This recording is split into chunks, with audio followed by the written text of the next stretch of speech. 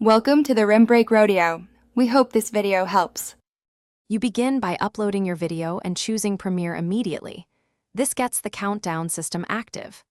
Once uploaded, select Premiere and schedule the date and time, because settings only appear after scheduling.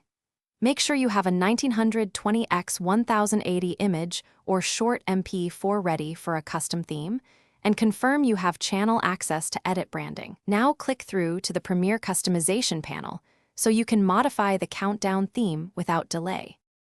Next, navigate to the Premiere customization area and open the countdown theme options. This is where you control appearance.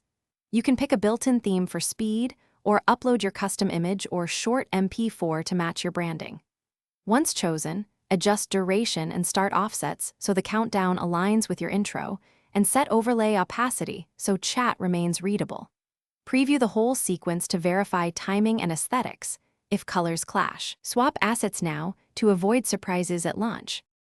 To finish, save your countdown theme settings and confirm the Premiere schedule so viewers see the updated playback page.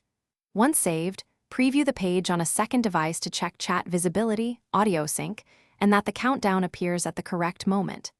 If the theme doesn't apply, clear your browser cache and reload the page.